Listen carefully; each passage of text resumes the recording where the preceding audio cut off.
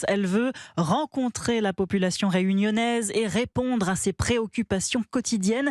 Premier déplacement en Outre-mer pour Elisabeth Borne, près d'1 an après sa nomination à Matignon. La chef du gouvernement a choisi l'un des départements où Emmanuel Macron a réalisé son plus mauvais score à la présidentielle. Charles Lhuillier, vous êtes le correspondant d'Europe 1 à La Réunion. Elisabeth Borne n'arrive pas en terrain conquis.